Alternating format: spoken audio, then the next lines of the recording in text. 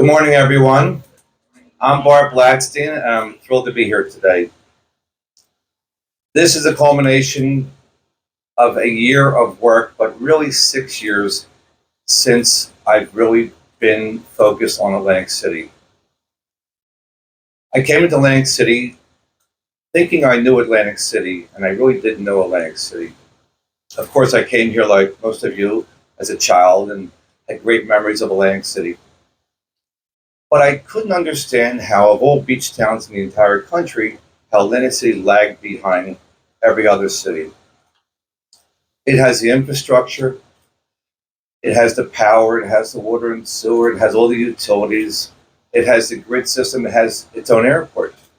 It has everything that developers dream of in infrastructure for success. So I started to research really hard about what Atlantic City is and what its history was. It's an amazing history, 168 years old, and great stories. In fact, I even spoke to Nelson Johnson, who wrote Boardwalk Empire. Atlantic City in its peak had about 65,000 people. Then the casinos came, and the casinos brought 40 million people a year. And then as convenience gambling happened around the country, and specifically around the Delaware Valley, the people that traveled here by bus started to fall away. And then people started to leave here. Atlantic City is a wonderful town. And what you find is that it's lacking in one thing, and that's population. There has been, and this is an amazing stat, 80% of the housing stock in Atlantic City was built before 1980, which means that 42 years of really nothing happening here of consequence. Every other beach town in America, of course, up and down Atlantic City, up and down the New Jersey coast, is thriving. We have towns on the other side of the island that are just doing amazing. So what really is needed here is a new plan, a new way of living, a new opportunity for people to come to Atlantic City. There just hasn't been the opportunity. So what do you do? What's the formula? You recognize the problem. That's number one. You put together a team. That's number two. And in my case, of course, my team, Tower Investments, and Brandon Dixon's the president of Tower Investments, and partners in Philadelphia, Matt and Mike Pestrong of Post Brothers. We're two distinct development companies, but together we're doing two joint venture projects currently in Philadelphia that's over $1 billion. They're not only great developers and nationally recognized, but they're very, very dear friends of mine. So you put together the team. So one, two, in fact, here's another team member right there, Art Ponjo, who's like my big brother. He's the greatest guy in America. Number three is you say, okay, what's missing now? Now, as it relates to Showboat, it was easy to see what's missing. Only 8% of the people that visit Atlantic City are families. Also, let's do some family stuff. We put in the arcade, the go-karts, we're building a water park. Everything we're doing here is working because it's what's missing. It's not rocket science to see what's missing, and that's what we're putting in. I have a wonderful team here at Showboat that's just doing amazing. This property was empty. It's 2 million square feet, and we purchased an empty former casino, and it's just wonderful now. And then what happens next is you put a plan together. And so we all work very, very hard and long together to put together a plan that works. Not only a plan that works, but a plan that's financeable and doable tomorrow. So then we put that plan together, and now it's time for the unveil. Guys, would you stand up? By the way, you've got to have a piece of property to build on. So the property we chose is the largest undeveloped parcel in a beach town in America, Bader Field. I'd like to introduce you guys, all of you, to Casamar at Bader Field.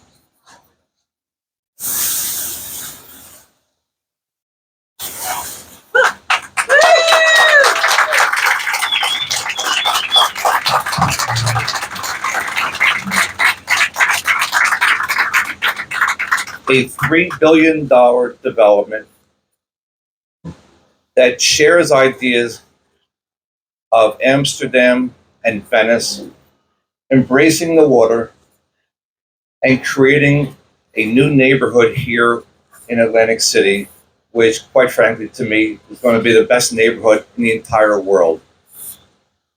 10,000 apartments, 400,000 square feet of retail, cafes, shops, office space, a self-contained community, 20 acres of parks and trails, all open to the public. This is Casamar.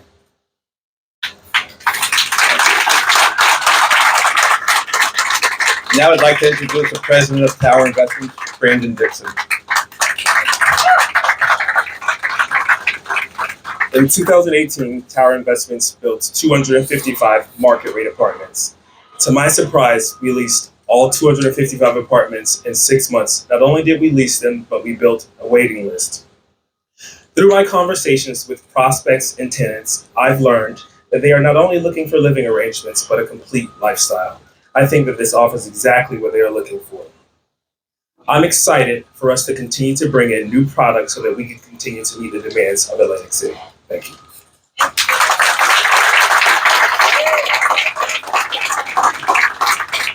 He practiced that 20 times in front of me earlier. I'd like to introduce my dear friend and partner, Matt Pestrong of Post Brothers. Thanks, buddy. We're really excited to be involved with the bringing of this vision to fruition in an incredible location. New Jersey doesn't. No one here needs to be reminded is the most densely populated state in the country, most quantified housing demand shortage. Period. This property has so many things going for it from a locational and proven demand perspective, as Brandon just mentioned, with the absorption of their project here at the Showboat property. We think that that augurs well for the future delivery of mostly middle market rental housing here. So we're confident in the feasibility of the project for two simple reasons. One, proven demand, as Brandon mentioned, with their project, and any housing feasibility study you see on anything in New Jersey, projects have high prospects to be absorbed. Second, financeability. This isn't an aggressive special use, unusual property type. This is just rental housing. It's the most liquid asset class in the country, or viewed as the most liquid asset class in real estate. Canals and the water everywhere, no pun intended, it is very liquid. But seriously, we think that between our track record of developing jointly successfully, Bart was being a little modest. The two projects we're delivering are the two largest market rate housing projects to deliver in the country, one in 2023, one in 2024, each year just happen to be in Philadelphia. So we've done this together and financed things like this together, and we are highly confident that we will be able to deliver financing to this project without delay. So I'd like to introduce my brother Mike to get into more details of the project itself. Wait, I was going to introduce Mike. Oh. So Matt, Mike, and I speak every day for years, and I refer to Matt as middle and Mike as little. Little brother, which makes me big brother. I'd like you to meet Little. Thank you. I'm glad everybody knows me as Little. That's great. So TMI. I just wanted to talk about a few of the project details that Bart didn't get to. Really, Casamar, we're creating a new neighborhood where one doesn't exist, but very much an integral part of Atlantic City, not a gated community. We worked with the internationally renowned urban planner Elizabeth Platter-Zyberg to establish this concept.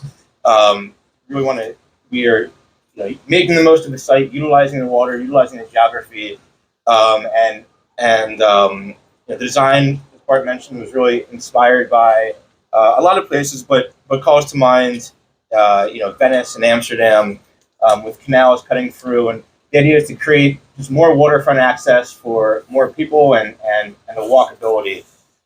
So the project is 140 acres, and like Bart said, we want to build 10,000. This is the microphone. 10,000 residential units. It's a lot. We want to make the most of this incredible piece of land. There's really not a piece of land like this. We think anywhere in the country. This is an incredibly desirable place, and should be an incredibly desirable place. And our plan, we think, really makes the most of it. We'll have 2 retail town centers, hospitality and food, and a smart street grid layout that makes it a real 15-minute city. The project will be developed in 5 phases, each taking about 3 years with some overlap. So we envision a 12-year total project with approximately 2,500 to 3,000 units in the first phase. The rendering you see here, where this is fully colored in, this depicts what we call phase 1. So the entire project is very sustainability focused, from construction through operation. It will be a net zero carbon use community. We'll also raise the site by an average of 6 feet to put it above the 100-year floodplain level. It's a major issue with this site. By raising it to that level, we'll make it sustainable for the long term. We've already done civil engineering work and construction pricing on raising the site to demonstrate the viability, because that is a big issue. As Bart mentioned, the site will be very open to the public. It will be welcoming people in. There's public access to everything. So there's 20 acres of parkland. There's a trail ringing the perimeter on the waterfront, with lots of different amenities programmed in there. There's a public boat launch, and we really want to be welcoming the community. And for the current residents of Atlantic City, we want the project to be really the most beneficially impactful project in the city's history. The project will create 44,000 construction job years and 8,000 permanent jobs. How many jobs? 44,000 construction job years. So it's per man year. But I think the most important part of our plan here is we want to make sure that the project benefits the existing residents of Atlantic City, which have, I think, been kind of passed over and not benefited proportionally from a lot of previous projects. So Tower and Post working together, we're going to employ an industry-leading program we started in Philadelphia to recruit, train, and place local workforce. We want to recruit from the neighborhoods, train the neighborhoods in Atlantic City, train both in the classroom and in the field, and place with our construction contractors at least 1,000 residents of Atlantic City that are from minority populations that historically haven't had the chance to benefit from construction jobs. And we will work with the building trade unions here to place those people in family-sustaining careers.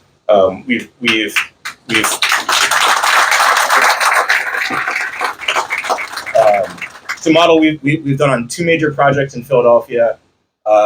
We've recruited, placed, and trained hundreds of people from the neighborhoods, and we're excited to continue it here. So the project will be truly something special, not a special use project that benefits a few, and not just any old housing development. And I'll turn it back over to Bart to summarize.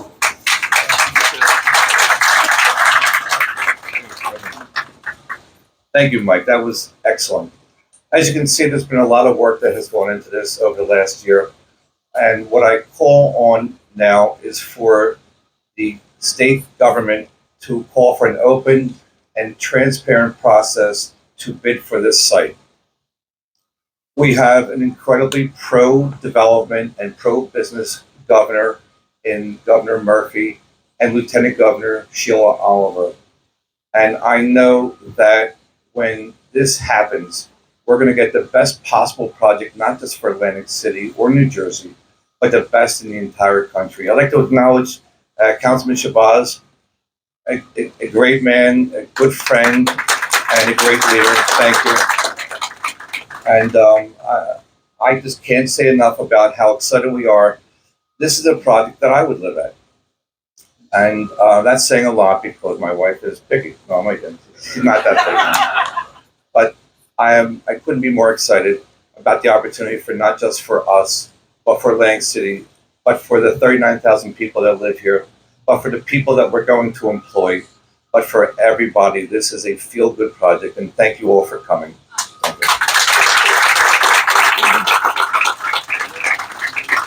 Any questions? Yes. Yeah, can you talk about the rental? I think someone said it'll be a mid-range rent. Well, there will be. Mike, want to come here and? Well, it'll be a market rate rental community. But our idea is that well, I'd say that when we designed the project, we started with two things. One, with the physical design, but two, with looking at what the market needs and what's feasible and what's successful as a project. And I think we saw that there's a lot of high-end housing in the shore, but nothing really, within a mile of here, but nothing really, no new housing really within reach of the middle class or within reach of most people. And nationally, and especially in New Jersey, we're in the midst of a housing supply crisis and an affordability crisis. And so we're definitely focused on delivering product that's within reach. We want to do rentals, not condos. We believe people want the flexibility. People don't want down payments. We envision a significant portion of this being residents who are over 55. Not making an over 55 community, but we do think that's a major demand driver, and so we've tried to do a lot of design that is going to appeal to as many people as possible. We want to offer flexible lease terms, anything from 6 months to 20 years. So if you are a senior, you can lock in your rate, effectively for a long time.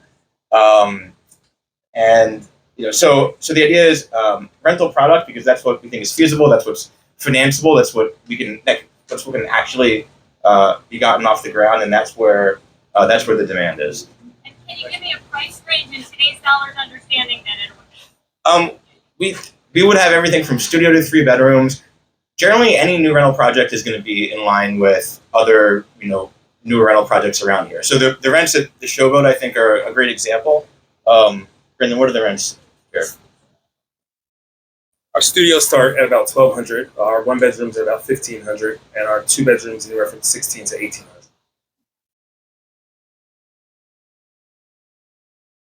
Any other questions? This will be good for me one day when I become a senior. So we have Scott Cronick. The famous Scott Cronick. Is Scott Cronick good for Atlantic City? Yes, Scott. So you're calling for the state transparency. Since we took over Atlantic City, the state has been anything but transparent with what their daily, ongoing things that they do, and very kind of tight-lipped about a lot of stuff. You find that's going to be a challenge? No, I trust the system. The governor, lieutenant governor, they're very pro Atlantic City. They're here all the time, and I know that they'll do a great job. Have you had conversations with them about this? Yeah. I have socialized the idea with the state government. Any other questions? Do you have an approximate date of when phase 1 will start? Oh, we'd like to start tomorrow. We're anxious to start. As developers, we don't want to wait. So I don't know how long the process will be once the state starts the process, but right soon after, we'll hit the ground running. This is my last big project. This is it. I got to get going here. Well, you know that the luxury housing and expensive car track facility that's been working its way through Trenton has been out there a long time. Do you feel like maybe should have gotten in a little earlier? Do you feel like that's too far along? Or? I don't understand the question. The plans that have been floated for the site that the state has been looking at for over a year now, for a very high-end housing, very high-end kind of people who have very expensive race cars to come and drive them at 100 miles an hour around the track. You know, do you feel like you have a sense of how far along that is with the state and how you're going to compete with that? I mean, I don't know where that other program is with the state, but you hear that noise out there? That's less than 25% of the decibels of a race car. And who's going to spend millions of dollars for a condo listening to that? It's impractical. Anybody else? Nothing against race cars. I love race cars. Well, thank you all for coming. We have some refreshments here, so please enjoy. Thank you.